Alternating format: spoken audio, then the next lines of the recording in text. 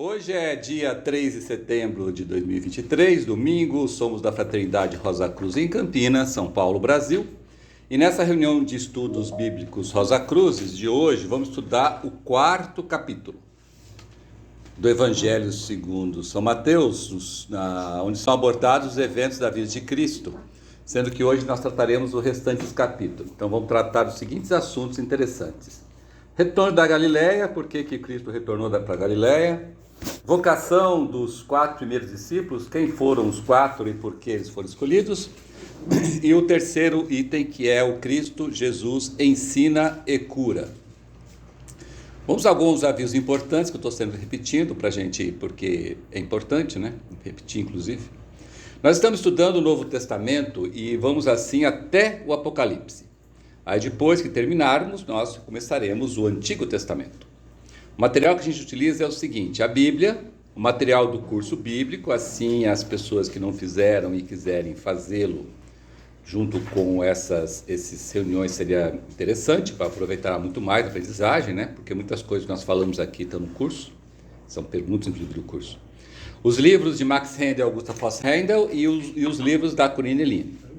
Há muito material profundo e que nos ajudará bastante a compreender as entrelinhas da Bíblia, que é a base dos estudos bíblicos Rosa Cruz. Esse estudo é fundamental para o estudante Rosa Cruz, a fim de ajudá-lo a equilibrar cabeça-coração, intelecto-coração, razão-devoção, cristão ocultista, cristão místico. A Bíblia que nós usamos é a Bíblia de Jerusalém. Quem a tiver em papel, sugiro que tenha sempre à mão para transformá-la em sua Bíblia de estudos, customizada para você, porque muita coisa a gente fala aqui, se você não escreve muitas coisas, passa batido, depois você não lembra, né? É normal, em cada um de nós isso. Quem não tiver e quiser adquiri-la, eu sugiro que vá buscar no sebo, porque ela é muito cara. E o motivo que ela é muito cara é porque é melhor, a mais próxima do original escrito. Aqui tem a Bíblia massorética com várias fontes, que Max Handel usou inclusive, né? E tem uma versão em português mais fiel ao original. Comecemos nossa reunião de estudos, elevando as vibrações do nosso ambiente por meio da oração do estudante Rosa Cruz.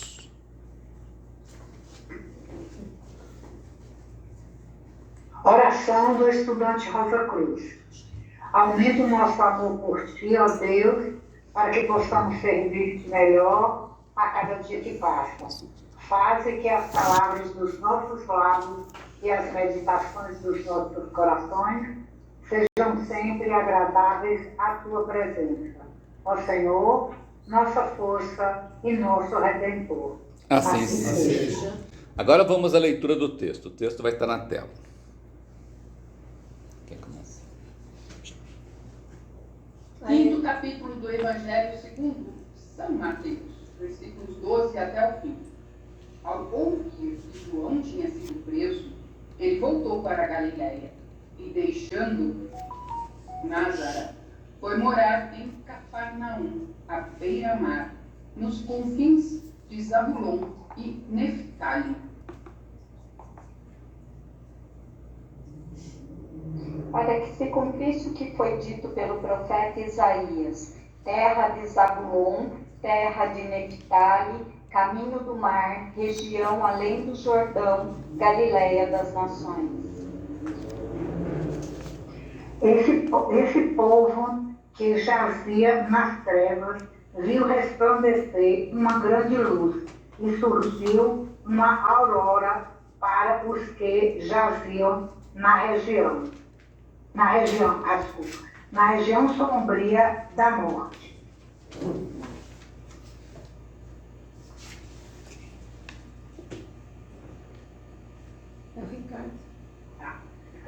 A partir desse momento, começou Jesus a pregar e a dizer: arrependei-vos, porque está próximo o reino dos céus. Estando ele a caminhar junto ao mar da Galileia, viu 2 irmãos, Simão, chamado Pedro, e seu irmão André, que lançavam a rede ao mar, pois eram pescadores. Disse-lhes: segue-me e eu vos farei pescadores de homens. Eles, deixando imediatamente as redes, o seguiram. Continuando a caminhar, viu outros 2 irmãos, Tiago, filho de Zebedeu, e seu irmão João, no barco com o pai Zebedeu, a consertar as redes, e os chamou.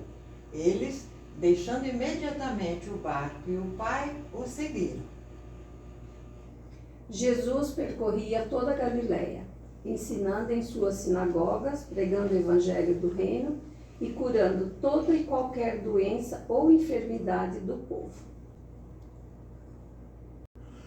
A sua fama espalhou-se por toda a Síria, de modo que lhe traziam todos os que eram acometidos por doenças diversas e atormentados por enfermidades, bem como endemoniados, lunáticos e paralíticos. E ele os curava. Seguiam-no multidões numerosas vindas da Galileia, da Decápole, de Jerusalém, da Judéia e da região além do Jordão. Beleza. Então, gente, primeiramente vamos rever aqui algumas advertências importantes quando estudamos a Bíblia por meio dos ensinamentos Rosacruzes. A Bíblia é um livro de chaves e mistérios. Nesse sentido, ela nada se difere de todos os livros sagrados das antigas religiões, que sempre tinham uma parte pública, esotérica com X, e uma outra parte oculta, esotérica com S. Por outro lado, todas as vezes que oficiamos o ritual do serviço devocional do templo, repetimos que os anjos, a Bíblia foi nos dada pelos anjos do destino, que estando acima de todo o erro, nos dão exatamente o que necessitamos para o nosso desenvolvimento. E aqui está o principal motivo pelo qual o estudante Rosacruz deve estudar e praticar os ensinamentos contidos na Bíblia. Sem essa parte, o seu crescimento espiritual está limitado e dificilmente trilhará o caminho de preparação e iniciação Rosacruz. Afinal, nós sabemos que, pelos ensinamentos Rosacruzes, que os 4 evangelhos são fórmulas de iniciação. O de São Mateus começa no Natal ou no Sagrado Nascimento, porque é um dos 3 que são fórmulas dos mistérios ou iniciações menores. Vamos então agora ao estudo do texto. A primeira parte fala-se sobre o retorno da Galileia, né? E nesse ponto só temos importantes ensinamentos que fazem parte do nosso caminho espiritual. Aqui, especial atenção devemos dar aos nomes dos lugares. Os nomes dos lugares envolvidos não são apenas nomes de cidades que foram escolhidas ao léu ou que foram colocados coisas bonitas. Não, tem um significado no curso da vida de qualquer aspirante à vida superior, de qualquer estudante Rosacruz, que busca o seu desenvolvimento através de uma escola de mistérios cristã. Recapitulando o que vimos lá no 2º capítulo do Evangelho de segundo São Mateus, tudo começou em Nazaré, que é o lugar onde o tempo é utilizado para a vida pessoal, para o dia a dia, ou seja, para o cotidiano. Depois, devemos deixar Nazaré e entrar no caminho que conduz a Belém, em preparação para o Sagrado Nascimento, ou seja, em preparação para a consciência da existência de que cada um de nós tem um Cristo interno, também conhecido como corpo-alma. Depois, não podemos ficar só em Belém, nós devemos voltar para Nazaré. Por quê? Porque aqui, na região química do mundo físico, é o baluarte da nossa evolução, e Nazaré justamente simboliza o tempo que nós passamos na vida pessoal. De vez em quando, é natural, é normal o estudante Rosacruz cair e experimentar um gosto amargo da ascensão temporária e material, ou seja, o eu inferior, que tanto tempo nutrimos com os nossos pensamentos, sentimentos, desejos, emoções, palavras, obras, ações e atos inferiores, prevalecendo sobre a nossa natureza divina superior. Então, o eu inferior sobre o eu superior. E isso significa as fugas para o Egito, que é o lugar da escuridão espiritual. Então, aqui a gente tem que lembrar sempre que o único fracasso é deixar de lutar. Se fizermos uma breve reflexão, vamos encontrar que as lições mais valiosas que aprendemos foram nos momentos mais sombrios da nossa vida, e não nos mais radiantes. E é com essas forças que retornamos a Nazaré. Para quê? Para continuar nosso caminho para frente e acima. Aí o retorno a Nazaré se torna uma coisa empolgante. O serviço amoroso interessado se torna um mote da nossa vida.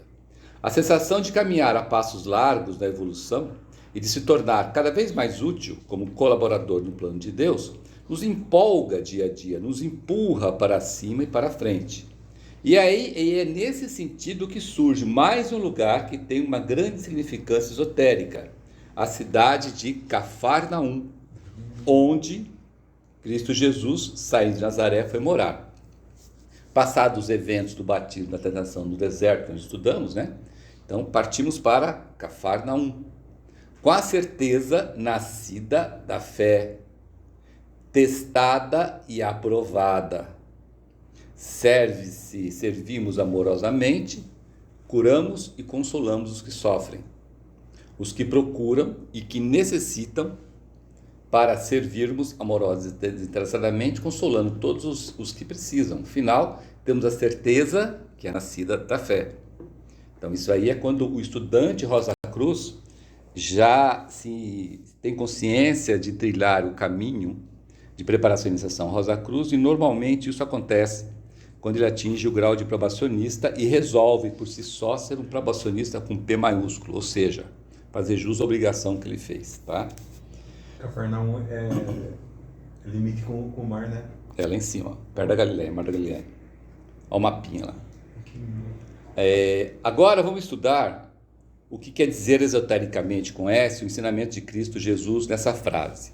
Arrependei-vos porque está próximo o reino dos céus. Sei que gera bastante confusão, e quando não gera confusão a pessoa não, ou passa batido, não sabe o que é reino dos céus e confunde tudo. Vamos lá. Para começar, nós temos que entender que nós, a humanidade, nós acabamos criando um antagônico ao reino dos céus, que é chamado de reino dos homens. Isso aconteceu quando nós atingimos o pináculo da materialidade por vontade própria, não por orientação de ninguém, nem de Deus, nem de uma hierarquia criadora, foi vontade nossa. Nós criamos um reino, a partir do qual queremos explicar absolutamente tudo. Ou seja, queremos explicar absolutamente tudo a partir da região química do mundo físico. Principalmente, queremos explicar as coisas espirituais, que é impossível. Então, o que a gente faz?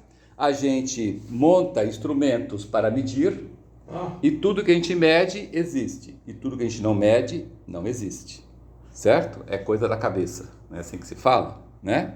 E aí de vez em quando tem uns malucos aí que inventam outras coisas aí, que fala que é uma coisa do hormônio, porque neurotransmissor fez isso, o neurônio, não sei o quê. Aí entra com física quântica, por que a quântica? Faz um monte de bugiganga, e lá não quer dizer nada disso, né? Então, chegamos a um ponto nesse reino dos homens de alguns de nós negar até a existência de outra coisa que não seja coisas compostas por sólidos, líquidos e gases, né? A gente conceitua isso como irmãos e irmãs materialistas. E nesse esquema de evolução, quando é que a gente começou de fato a desenvolver o reino dos homens? Dentro dos ensinamentos da Cruz, nós aprendemos que foi exatamente no início da era de Ares, ou seja, na primeira terça parte da época ária, conhecido também quando o momento em que nós tivemos a consciência da lei dos ciclos alternantes. Junto com essa invenção, veio junto o que? A cristalização, ou seja, o risco de a gente se apegar tanto à matéria química, mas tanto ao ponto de perdermos até a capacidade de evoluir nesse esquema de evolução, ou seja, muitos de nós são passageiros só de ida para o cone sombrio da Lua, porque não tem volta, certo? E em um momento que começamos a fase da evolução, ou seja, uma vez conquistada a região química do mundo físico, nós deveríamos começar o caminho de volta. E esse caminho de volta começa a partir da conquista da região etérica do mundo físico. E daí aprendemos a viver conscientemente nessa região etérica e nos outros mundos suprafísicos ou mundos espirituais, ou seja, aprendemos a viver no reino dos céus. Então, o reino dos céus é nada mais, nada menos do que o esquema, o caminho e a obra da evolução. Porque nesse caminho, esquema e obra da evolução estão contidos todos os mundos, todos os globos, todos os corpos, todos os veículos e todas as hierarquias criadoras, né? Para isso, temos o quê? Uma necessidade urgente atual. E qual é a nossa necessidade urgente atual para podermos viver conscientemente nos mundos suprafísicos? Ter, construir e desenvolver um corpo-alma. E esse desenvolvimento tem que ser o suficiente para usarmos este veículo conscientemente na região etérica do mundo físico. Não basta só ter, tem que saber usar. Por isso que existe na Rosa Cruz um negócio chamado treinamento esotérico, que é para isso, né? Começamos esse processo por meio do quê? Como é que a gente começa esse processo de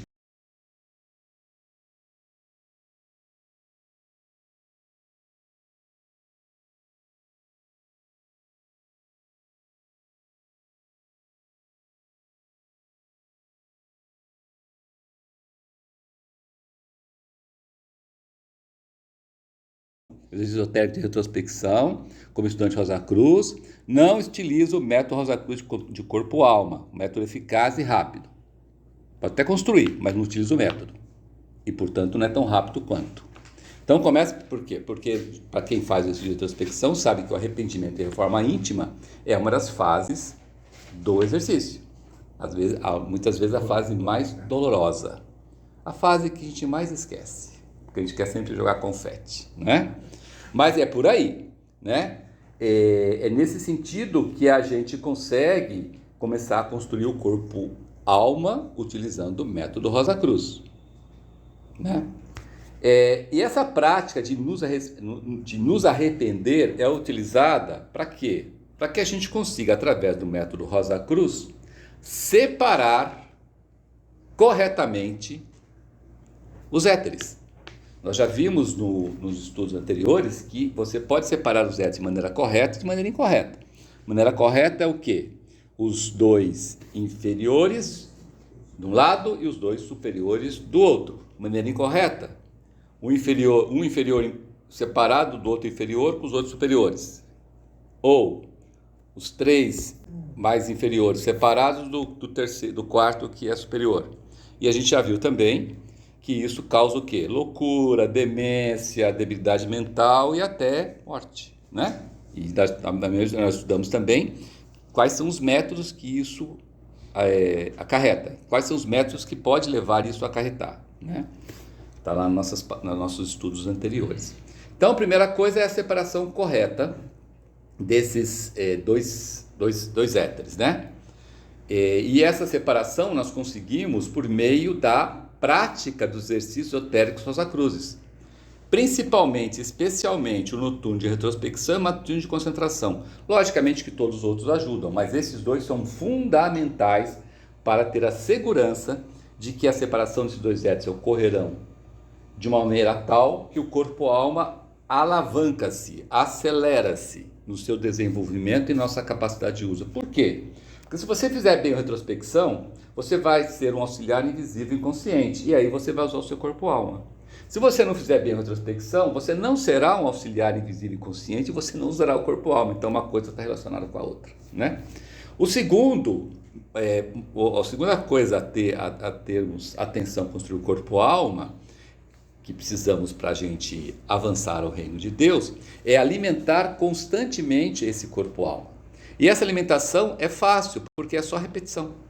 Repetição da prática do serviço amoroso e desinteressado, portanto, um serviço mais anônimo possível. Então, nada de like, nada de influenciador digital, nada de carinha, nada de palestra em que tem holofote. Quanto menos isso acontecer, maior é a sua capacidade de servir amorosa e interessadamente. Quem você deve servir? A plateia, a assembleia, aos seus fãs, aos seus inscritores lá das redes sociais? Não, ao irmão e irmã que está a seu lado. Isso é importante, gente, ao seu lado. Então não adianta falar, não, eu vou servir lá na entidade dos órfãos, porque os órfãos não têm pai nem mãe, e do seu lado lá você está metendo pau nas pessoas do seu lado, né? Mais difícil, é muito mais difícil você servir ao irmão ou irmã do seu lado, óbvio que é mais difícil, né? Focando, inclusive, além de serviço, tem que focar na divina essência oculta dele, ou seja, eles têm que esquecer todo e qualquer defeito dele, todo e qualquer antagonismo, antipatia, porque senão também não é serviço ao amor desinteressado, né? E porque também é o seguinte, a divina essência oculta é a base da fraternidade. Ué, se você está num lugar chamado Fraternidade Rosa Cruz, tem que pregar a fraternidade. Você tem que pregar a fraternidade, você tem que saber aonde você está trabalhando. Você está trabalhando num lugar que tem a fraternidade. Você não pode trabalhar num lugar que tenha separatividade, que tenha sacanagem. Não faz sentido, né? Então é assim que você constrói o seu corpo-alma para chegar ao reino dos céus. Lá na frente nós vamos estudar outras coisas sobre o reino dos céus tomado por assalto, e aí a gente vai explicar isso. Mas por enquanto é interessante saber o que é o reino do céu e o que temos que fazer para alcançar, e que nós vivemos no reino dos homens, tá? Vamos lá agora a segunda parte, que é a vocação dos 4 primeiros discípulos. Isso é importante porque, vamos dizer, a nossa ingenuidade muitas vezes acha que os discípulos foram escolhidos assim ao léu. Estava Cristo passeando no longo ali, olhando o mar da Galileia, e encontrou você, vem você. Ah, você também vem. Você também vem. Você não, você vem. Você não foi assim, né, gente? Não tem nada a ver isso, tá? Mas tem muita gente que pensa nisso, infelizmente pensa nisso, tá? Tem muita gente que acha que se fosse hoje ele ia ser escolhido também como... Eu só não fui escolhido porque eu não estava lá. Incrível, né? Bom, primeiro de tudo, é interessante saber quem foram os 4 primeiros. O primeiro foi André, não foi João, certo? E depois foi Pedro, porque André e Pedro estavam juntos. Depois foi Tiago e depois foi João. Né? Uma ordem interessante. Primeira coisa é saber quem é que foi, né? Porque também senão a gente fica naquela de achar que foi Pedro. Não, foi João. O João é mais importante. Ou foi o Pedro, porque o Pedro... Não, nada a ver. Então vamos lembrar uma coisa interessante, hein? Que fala aqui. Rede de pescador não tem nada a ver com a profissão desses irmãos que foram escolhidos. Não necessariamente eles eram pescadores. Como, por exemplo, Cristo nunca foi pastor. Não. Senão vão perguntar, quem são as ovelhas? Ele tinha muita ovelha? Ele era um grande criador de ovelha? Ele era um fazendeiro de ovelha? Não tem nada a ver. Isso é simbologia. Toda vez que vocês lerem rede de pescador na Bíblia, se refere à sabedoria extraída das experiências do cotidiano.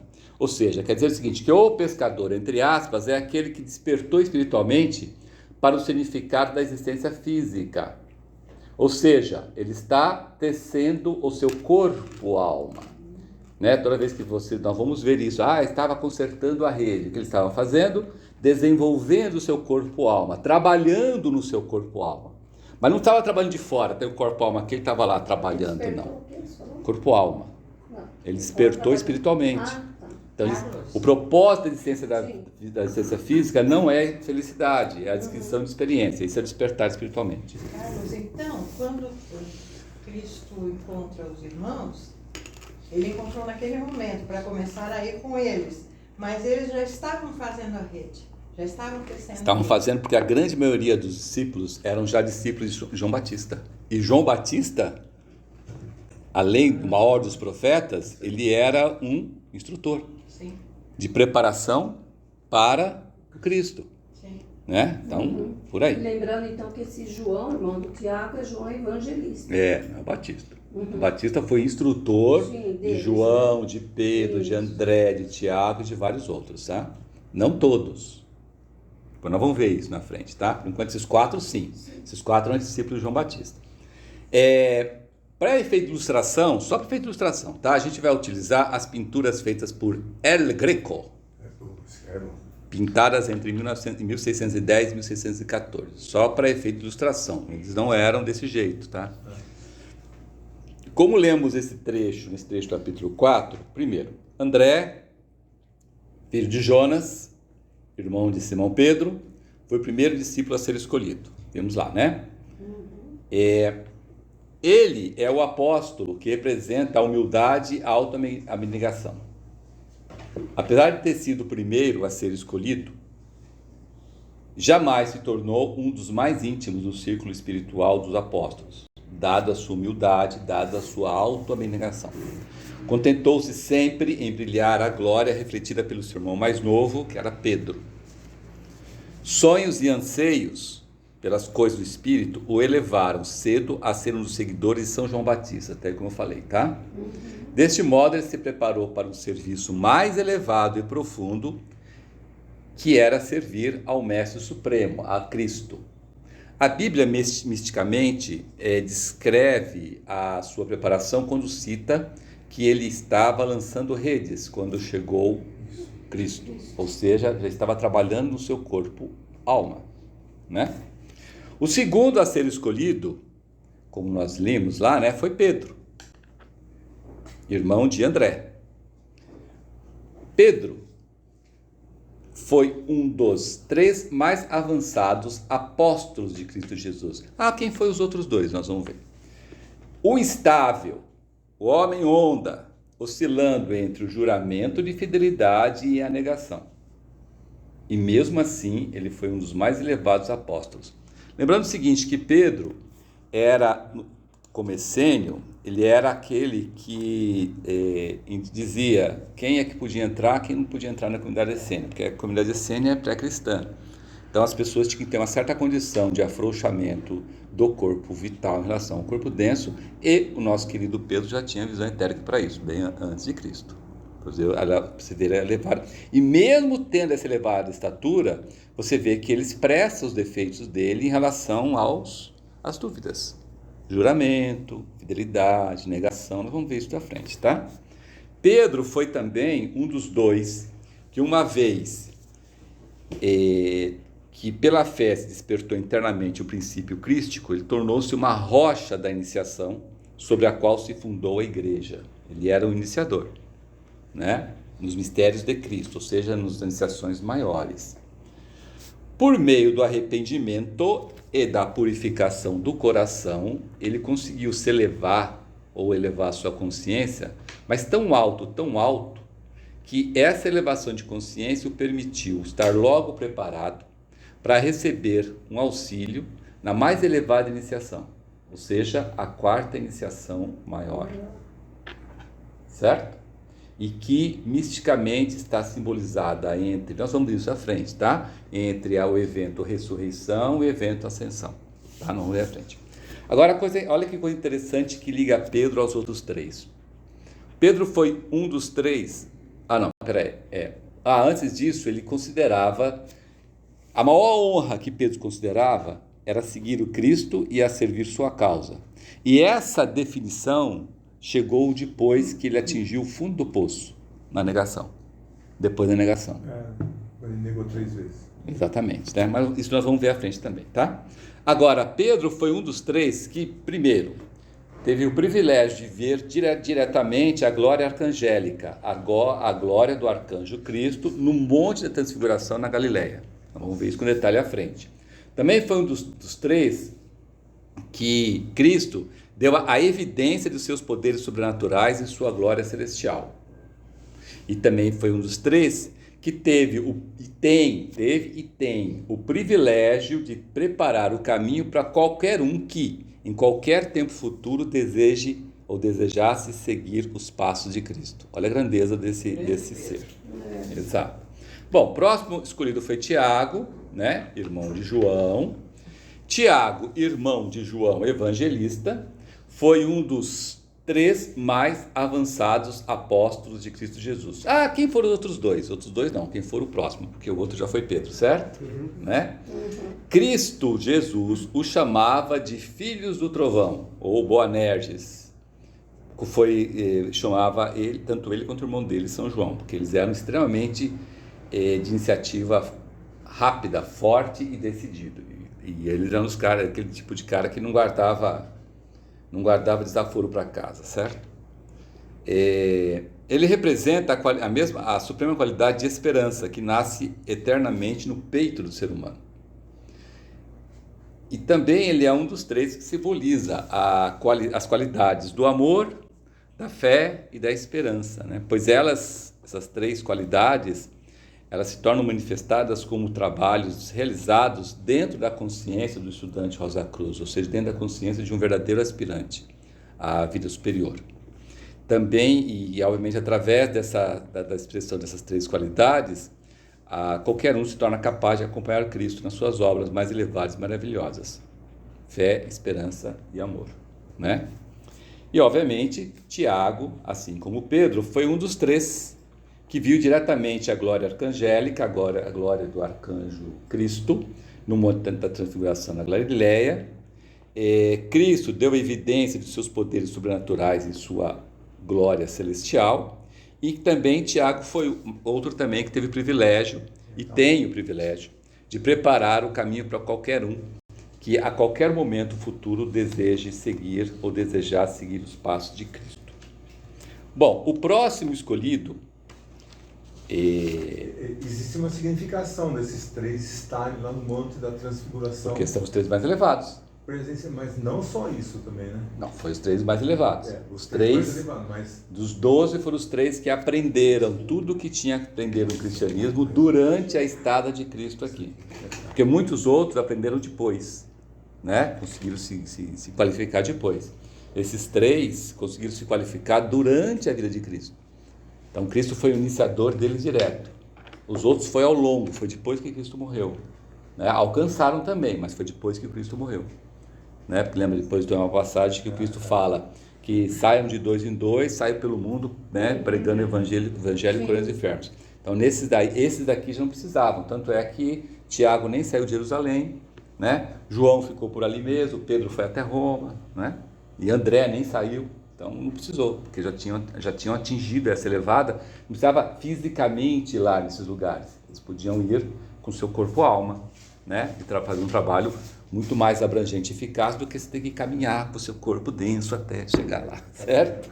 Carlos, juntando uma informação com a outra, Pedro, ele era pouco letrado, é isso? Não, isso também é outra ilusão. Porque eu me lembrei disso agora, eu não sei exatamente por... Todos eles eram bem letrados, sabiam ler, escrever e conheciam muito mais do que qualquer um, tá? Isso o cristianismo popular, ele tenta taxar as pessoas, né? Tentam pegar um ser elevado e tentar colocar qualidades muito humanas nele. E não tem necessariamente isso, porque são seres que já passaram as iniciações. São seres que acessam direto a memória da natureza. Então, para que precisa fazer faculdade, pós-graduação, mestrado, doutorado, pós-doutorado? Não precisa mais, né? Então. Ele era essênio. Essênio. Então ele era letrado. Sim, lógico. Sim. Todos eles eram essênios. Todos eles eram essênios e tinham que ser essênios, porque tinha que ajudar o Cristo a se manter no corpo de Jesus, né? Não tinha aquela história do tipo assim, a hora que começava as feridas de Jesus, o corpo estava a rachar, tinha que chamar o escalão, chama o grupo lá de assistência dos essênios para ajudar, eram eles mesmos. Na época não tinha o SAMU? SAMU, né? Eram eles mesmos, entendeu? É que o cristianismo popular começa a dar, né? Não, você faz isso, você faz aquilo, fulano é assim, o outro não sabe ler nem escrever, o outro é careca, o outro é cabeludo, o outro é barbudo, o outro tem olhos claros, o outro tem olhos escuros. Isso é tudo questão de... Não, mas não está na Bíblia isso, né? De onde que tiraram? Da entrelinhas. Do tradição popular. Né? A hora que você vê um Cristo de olhos azuis e cabelos parece que fez encaracolados, né? Curly, né? Fez encaracolados, né? Castanho, mel, certo? Você fala assim, você não está na Bíblia, né? Isso porque era só ver como era o tempo mais seco e sol demais, como é que podia ser branquinho? Exato. A gente poderia dizer que os discípulos, eles estão próximos aos irmãos maiores? Eles são irmãos maiores. São os irmãos maiores. Irmãos maiores. Todo ser humano que atinge as 9 iniciações menores, as 4 maiores e a do libertador, é irmão maior, né? Não usa crachá, né? Não precisa não, né? Precisa usar, né? Então vamos agora a João. João Evangelista, irmão de Tiago, pintado como pelo El Greco aí, para a gente lembrar, né? Também João foi um dos 3 mais avançados apóstolos de Cristo Jesus, né? É importante lembrar que ele foi um dos 3 mais avançados. Os outros, quem foi? Quem foi os outros além de João? Você acabou de falar. Então fala. João, Pedro e Tiago. Não, João, Pedro e Tiago, exato. Tiago e André. Não, os 3 mais avançados. 3. João, Pedro e Tiago. Isso, é 3. João, Pedro e Tiago. Não tem nada de André. João, Pedro e Tiago. O João ali não vou São os 3 mais avançados, ou seja, os 3 que alcançaram maior estatura espiritual enquanto a estada de Cristo Jesus aqui na Terra. Certo? Pedro, Tiago. Exato. Era humilde. Exato. Mas não alcançou, né? Alcançou depois. Mas alcançou também, mas não no mesmo tempo desses três. Alguém quer falar alguma coisa? Pode falar. Alguém não concorda? Concorda? Ó, gente, não é porque o João, o Pedro e o Tiago são os mais elevados que vocês devem dar preferência a eles, não ler mais nada dos outros, tá? Porque tem gente que é assim, entendeu? Tô falando assim, mas tem gente que só lê Evangelho de São João porque São João é o melhor. Mas você não está lendo de Mateus? Sim, mas tem gente que só lê de São João. Não, no momento estamos Tem gente que estudando só Mateus, lê de né? São João, entendeu? Não existe isso. Vale currículo. São quatro formas de iniciação. Né? Aliás, nós temos um trabalho no YouTube das reuniões durante a pandemia que fala dos 12, a importância de cada um e como foi o trabalho e como foi a escolha. Exato. Isso é um trabalho da Corine Lino. Exatamente. Então vamos lá, João. Carlos, Oi, pode falar. uma pergunta.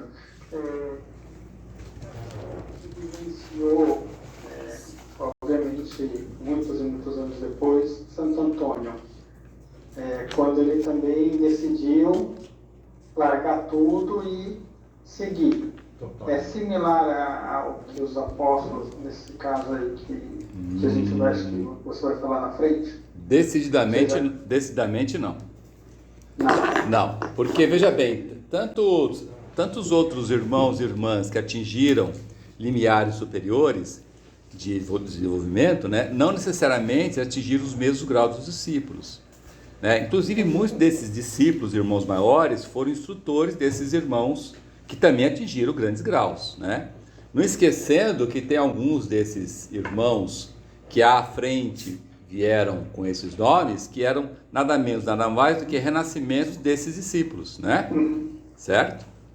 Um caso clássico é São Francisco sendo o último renascimento de São Pedro. Né? Tá? Mas, logicamente, beberam da mesma fonte. Qual a fonte? Cristianismo esotérico, né? Para atingir esses graus. Então, vamos lá. João também foi um dos 3 mais avançados apóstolos, né? E também, logicamente, como seu irmão, Tiago, né? Ele também ficou conhecido, o Cristo chamava ele de Filho do Trovão, de Boanerges, porque também tinha uma iniciativa danada, era os alavancadores do cristianismo primitivo que estava lá naquele início, né? Esse trovão quer dizer que os caras eram resolvidos. Não Exatamente, eram resolvidos. Tem que fazer, vamos fazer, porque não? Eu mesmo. Tinha iniciativa e tinha acabativa, que era o mais importante. Né? Bom, o avanço espiritual de João Evangelista, mas foi tão alta, mas tão elevada, foi a mais elevada de todas, né? Que lhe permitiu ser aquele que mais se aproximou do Espírito de Cristo. Dos 12, foi o mais próximo a se aproximar do coração do Cristo. Tanto é que o Cristo chamava ele de discípulo amado. Nós vamos ver isso à frente também, tá? Por meio do amor de João Evangelista, ele foi capaz de ver a glória daquelas mansões que o Mestre preparou para aqueles que o amam e fazem de si merecedores de lá habitar. Do que nós estamos falando nessa frase? Que são essas mansões que o Mestre preparou para aqueles que o amam? Quem arrisca a chutar? Tem a ver com os mundos celestes? Mais do que isso.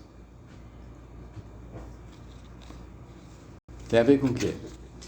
Com o futuro. Aonde está o futuro de João Evangelista? Começa com A, termina com Lípse. Apocalipse. Ele escreveu. O livro das revelações. Entendeu? Foi ele que... Certo? Então, pelo amor dele que ele tinha ao Cristo, ele teve a competência e a capacidade de se desenvolver a tal grau de poder ver com seus olhos o futuro e escrever esse futuro em Apocalipse. E tem a capacidade de interpretar e escrever. Exatamente. Compreensivamente. Não... E escrever de uma forma que só entende quem está muito bem espiritualmente. Porque para muitos o Apocalipse é um livro lindo, maravilhoso, mas que não entende nada de dragão, 7 dragão, varrendo a luz, uma mulher com não sei o que nos pés, ou não sei o que, dando a Chifre da luz. besta, né? As 7 igrejas, as 7 não sei o que. Entendeu? É complicado. E tem gente que vai atrás Por disso. que é complicado? Porque se você estudar, nós vamos estudar Apocalipse aqui. Se nós estudarmos o Apocalipse só com a cabeça, não entendemos bolhufas. Entendemos sim. É muito bom para ganhar dinheiro, escrever livro, dar palestras, é excelente, é um assunto maravilhoso. Mas não tem nada a ver com aquilo que o João escreveu, porque o Apocalipse tem que ser lido com equilíbrio, cabeça e coração. Quanto mais equilibrado você tem cabeça e coração, você consegue desvendar o Apocalipse. Quanto menos equilibrado, menos você... Se você for muito místico, você vai dar uma do lado autocompadecido. Aí eu não sei, né? Eu não sei se é assim, mas eu sei que é assim. Exato, você não vai entender nada, vai falar que é assim. Se você for ocultista, aí você vai vomitar o seu conhecimento, colocando inclusive física quântica na jogada, porque veja bem, Einstein falou, Platão disse, Sócrates disse, e vai falando, explicando o Apocalipse em cima disso. Cabeça, né? Nada de coração. Outra coisa interessante, outra característica interessante de João é que ele foi o único dos apóstolos que nunca conheceu a morte. Ele progrediu tanto na divina essência, na transmutação da matéria, que o espírito nunca conheceu a morte. Conta uma lenda, isso é lenda, que vocês sabem que João foi jogado num tacho de gordura derretida. Exato. E aí dizem que ele nadou do outro lado e saiu do outro lado e foi embora. Lá na ilha de Patmos. E depois foi para a ilha de Patmos e fez o Apocalipse. Depois dessa brincadeira. Você imagina quem mandou fazer isso? Falou assim, bom, depois disso... Isso é lenda, tá? É lenda. Mas para vocês verem a grandeza de um apóstolo, né? Então, ele conseguiu não conhecer a morte porque ele transmutou o seu corpo denso, que já não era mais corpo denso, porque já estava sutilizado ao corpo-alma e, portanto, não precisou descartar, né? Então, o corpo denso dele não era mais necessariamente um corpo denso que ele... É o corpo denso que ele formava a hora que ele queria. Como um auxiliar invisível, consciente, consegue fazer isso. Como um adepto, consegue fazer isso, né? Então, ele atingiu, nesse sentido, ele atingiu, no mínimo, o adeptado. Mas, obviamente, ele atingiu o grau de irmão maior. Senão, ele não seria o mais elevado de todos. Tá? Carlos, mas os outros discípulos também, quando foi para morrer, eles já tinham saído do corpo denso, não tinha? Tinham saído, mas conheceram a morte. Mas conheceram... entendi. Tiago morreu na espada. Isso. Pedro... Ele conseguiu sair antes. Não, veja bem, Tipo assim, não tem, o mesmo aqueles, muitos dos cristãos que foram jogados na arena de leão, lá dos leões para comer, já não sentiram mais nada. Não sentiam mais nada. Não, cristão mesmo. Porque veja bem, gente, para você não sentir nada, você não precisa ser tão elevado espiritualmente, você precisa ser iniciado. Basta você ser um auxiliar invisível consciente à noite. Se você for um auxiliar invisível consciente à noite, você já aprendeu como sair do seu corpo denso. Seu corpo denso não sente mais nada. Você sai e deixa o corpo denso ali. Exatamente. Se alguém chegar e cortar seu corpo denso em tira, você já se retirou. O máximo que vai acontecer é cortar o cordão prateado. Se já fez a exercício de introspecção e concentração suficiente, você não tem nada para levar do átomo semente. Já foi tudo purgado. E já foi tudo retirado. Lembra? Por isso que, quando eu falo, introspecção e concentração elimina purgatório e primeiro céu. Porque não tem mais nada. Entendeu? E para isso não precisa ser iniciado. Mas precisa ser no mínimo... Mas é importante dizer, precisa ser no mínimo probacionista. Como estudante, como simpatizante Rosa Cruz, como estudante preliminar, como estudante regular, você não consegue isso. Ponto. É o mínimo. Por que não consegue? Por que não consegue? Qual o motivo que não consegue? Pela ajuda que tem todo mês. Pela conexão mais forte que um probacionista tem com o irmão maior, que o estudante regular não tem, o preliminar nem sonha, o simpatizante nem sabe quem é o irmão maior. O estudante regular, ele não consegue ser um auxiliar invisível consciente. Ainda não. Ainda não consegue. Ainda não. Para ele conseguir, ele passa por probacionismo. certo? Tá? Interessante, isso é muito importante de saber para a gente não ficar com aquele tipo de coisa. Ah, mas também o cara estava lá, se eu tivesse nesse nível, eu também chegava. Não, meu filho, você não precisa estar nesse nível não, você pode estar no nível bem mais baixo. Para não conhecer a morte, você pode estar no nível bem mais baixo, entendeu? Não precisa chegar no nível de irmão maior, senão nós somos assim nós seres humanos somos tão complicados, que a gente olha um negócio desse e aqui dentro da gente pode bater isso inferior. Ah, mas também, pô, o cara chegou nisso. Eu não vou chegar nisso. Então não vou adiantar nem. Não adianta nem eu tentar, porque eu não vou chegar nisso mesmo. Então. Ele chegou porque ele quis. Sim, mas não precisa chegar nisso para não conhecer a morte. É isso que eu estou falando. Aquele pensamento que nos ataca de vez em quando. Não, mas também, se eu estivesse perto de Cristo lá. Exatamente. Nós, seres humanos, nós somos complicados. Porque a gente pode até não falar para ninguém, mas a gente fala para nós mesmos. E se falar para nós mesmos, a gente desmorona. Desanima, não é para desanimar. Não, e a gente tem que lembrar que nós aqui na Fraternidade Rosa Cruz, como estudante regular ou preliminar ou probacionista, apesar da parte de probacionista, a gente está sempre frisando que o nosso ideal é o Cristo. Exato, a gente tem que se esforçar para isso. A gente tem que dar graças a Deus de ter a bênção de poder entender desse jeito. Saber isso, entendeu? Saber que existe, saber que tal. E não usar isso como justificativa para a gente não fazer ou desistir. Entendeu? A graça de conseguir saber isso. Falar assim, cara, que legal, putz, como é que funcionou? Olha como é que era. Pô, bacana. Porque hoje o nosso ideal é o Cristo. Se a gente está batalhando dia a dia para o serviço amoroso desinteressado, anônimo, né, para qualquer pessoa, e construindo o nosso corpo-alma, isso significa que nós também podemos. Lógico que pode, exatamente. Quando a gente lê o Tabernáculo, por exemplo, me lembrei agora, fala exatamente isso na primeira parte, que é lá onde queimam as ofertas, isso. Onde se lavam lá, até aquele ponto, que é como a caminhada da gente, né? Sim. Até esse ponto chama-se justificação. Exato. Só. A partir daí é que você não justifica nada. Exatamente, que ele se aplica. Né? A outra coisa interessante é que João Evangelista, assim como Tiago e Pedro, foi um dos três que viu diretamente a glória do arcanjo Cristo, quando ele se mostrou no Monte da Transfiguração na Galileia, que nós vamos ver o que é isso lá na frente, tá? Quem já viu, beleza, quem não viu, espera que vai ser uma coisa bonita sobre isso. A outra coisa interessante é que o Cristo deu evidência dos seus poderes sobrenaturais na sua glória celestial, tanto na Transfiguração, quanto no Getsemane, quanto em todos os processos de cura, que nós vamos ver também à frente com mais detalhes, tá? E a outra coisa é que João, como Tiago e como Pedro, teve o privilégio e tem o privilégio de preparar o caminho para qualquer um, em qualquer tempo futuro, que desejasse seguir os passos de Cristo. Por isso que são irmãos maiores, certo? Tem essa capacidade.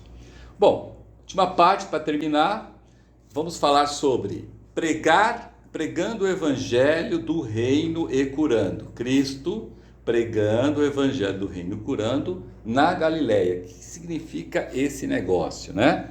Ele saiu aí, a Bíblia embaixo do braço, e dizendo, preparai, não sei o quê, não é isso, né? Não tinha Praça da Sé nessa época, né? Não é bem isso não, né? Exato, não é bem esse tipo de coisa. Nós aprendemos por meio dos Simeões Rosa Cruzes que, isso é importante, para termos a cura permanente de uma doença ou enfermidade, porque a cura Rosa Cruz afirma, e eu acredito nisso piamente, estou falando isso porque infelizmente tem muitos irmãos e irmãs e estudantes Rosa Cruz que não acreditam, que ficam doentes e não participam da cura Rosa Cruz.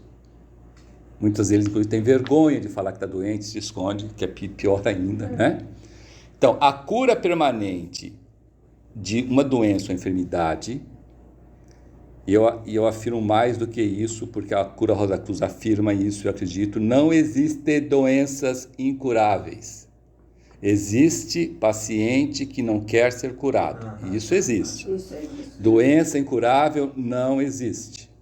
Não existe doença incurável porque para você curar permanentemente uma doença, ou seja, para você como paciente ser curado permanentemente de uma doença ou enfermidade, ou para você como curador conseguir curar permanentemente um irmão ou irmã paciente de uma doença ou de uma enfermidade, é necessário, tanto ao curador quanto ao paciente, pregar o Evangelho. O que é pregar o Evangelho? Primeiro, estudar. Sem o estudo você não prega nada, certo? Sem o estudo você é um papagaio. O máximo que você faz é repetir o que está escrito. Se tiver uma boa memória, então você repete sem ver e ainda diz o capítulo e o versículo, que é mais importante, inclusive, dizer o capítulo e o versículo do que repetir, né?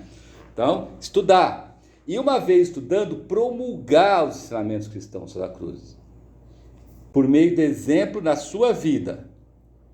Tanto a sua vida como curador, como a sua vida como paciente. Se for necessário, mas só se for necessário, você vai falar sobre eles. Olha que importante. O promulgar os ensinamentos cristãos da cruz não é falar, não é dar palestra, não é escrever livro, não é fazer nada disso, é colocar a sua vida como exemplo de vida mesmo. Agora, se for necessário, se não tiver outro jeito, ou se você tiver que, vamos dizer, falar, orientar alguma coisa, você fala, mas você não precisa falar, porque o exemplo arrasta, certo? Um exemplo arrasta, o exemplo acusa a curiosidade. Nossa, mas aquela pessoa ali, nossa, está tudo ruim, a pessoa está sempre bem. Passou a pandemia, a pessoa continua bem.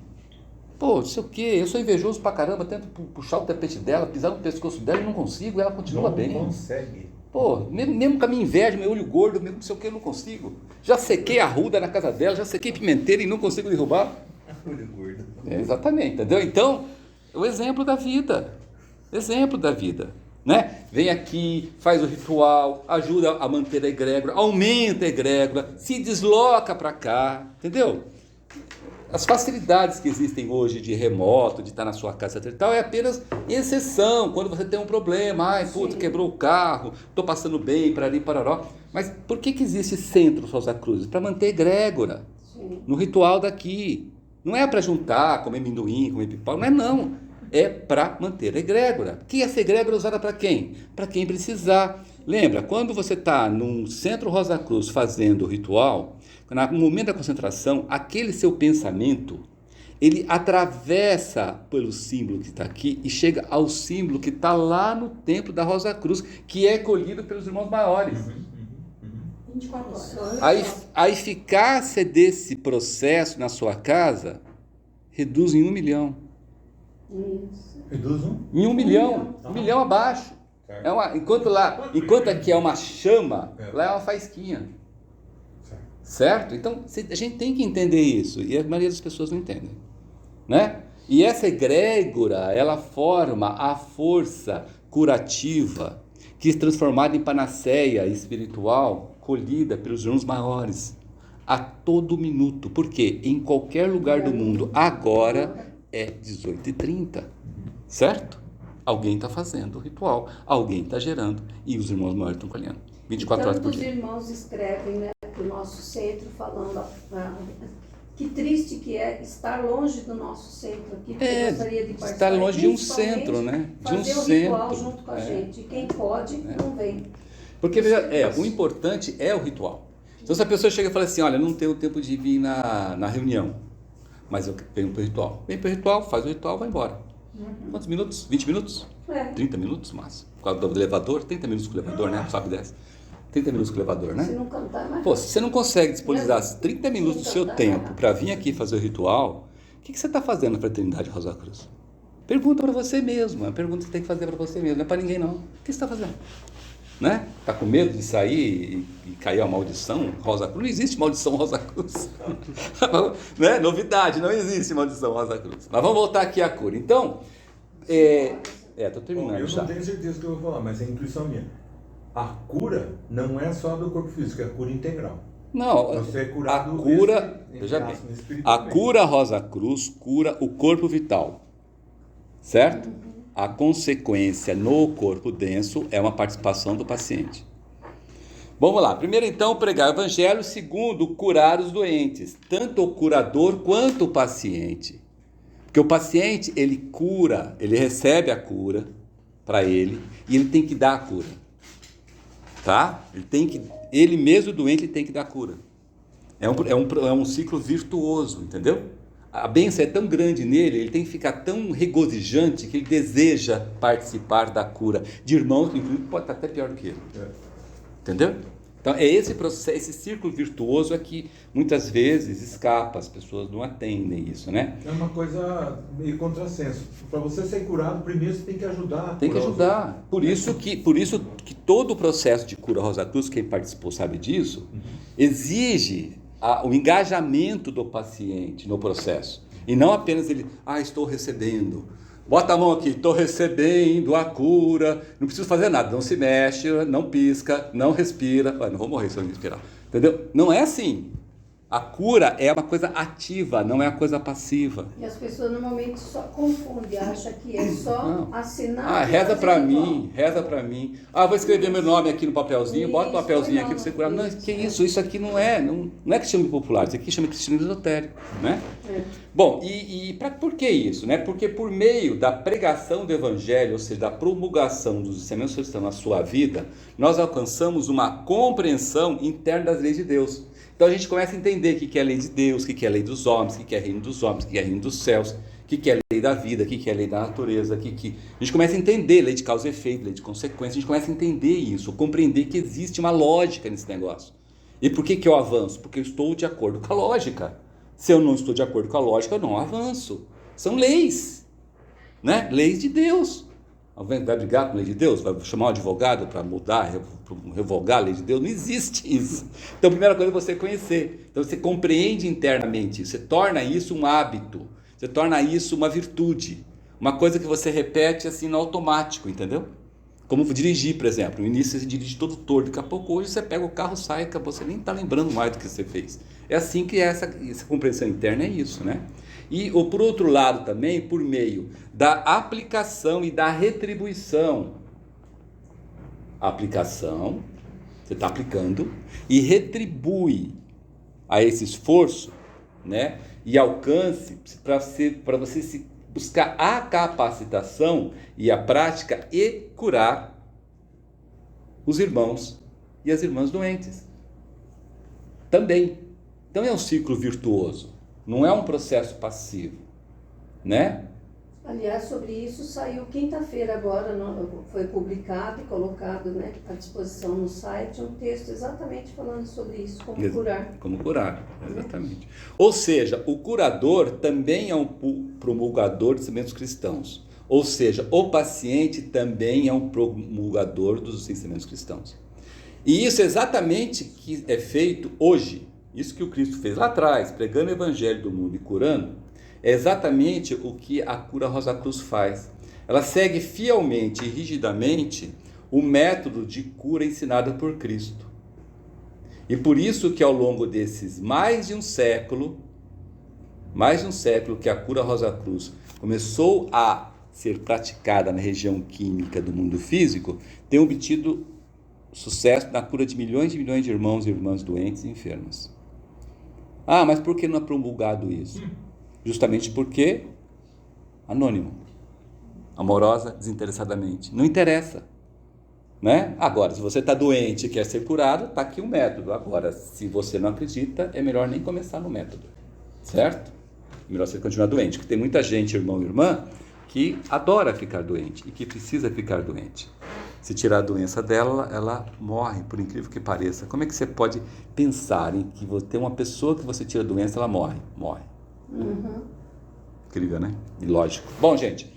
Vamos terminando aqui agora, por causa da próxima reunião, né? E a gente termina mais um estudo bíblico Rosa Cruz, rezando a oração Rosa Cruz. Mais luz, ó Deus. Tenham olhos para ver a luz que já existe. Não te pedimos canções mais doces, senão ouvidos para ouvir as presentes melodias. Não te pedimos mais força, senão modo de usar o poder que já consumimos. Não mais amor, senão habilidade para transformar a cólera em ternura. Não mais alegria, senão como sentir mais próxima essa inefável presença. Para dar aos outros tudo que já temos de entusiasmo e de coragem. Não te pedimos mais dons, amado Deus, mas apenas senso para perceber e melhor usar os dons preciosos que já recebemos de ti. Faze que dominemos todos os temores, que conheçamos todas as santas alegrias, para que sejamos os amigos que desejamos ser, para transmitir a verdade que conhecemos, para que amemos a pureza, para que busquemos o bem, e com todo o nosso poder possamos elevar todas as almas, a fim de que vivam em harmonia e na luz